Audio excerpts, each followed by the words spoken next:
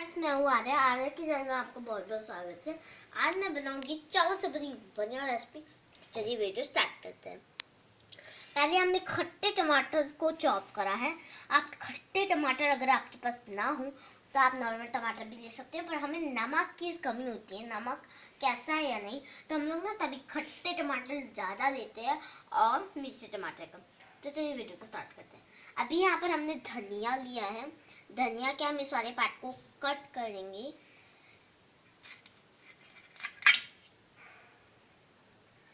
अब हम एक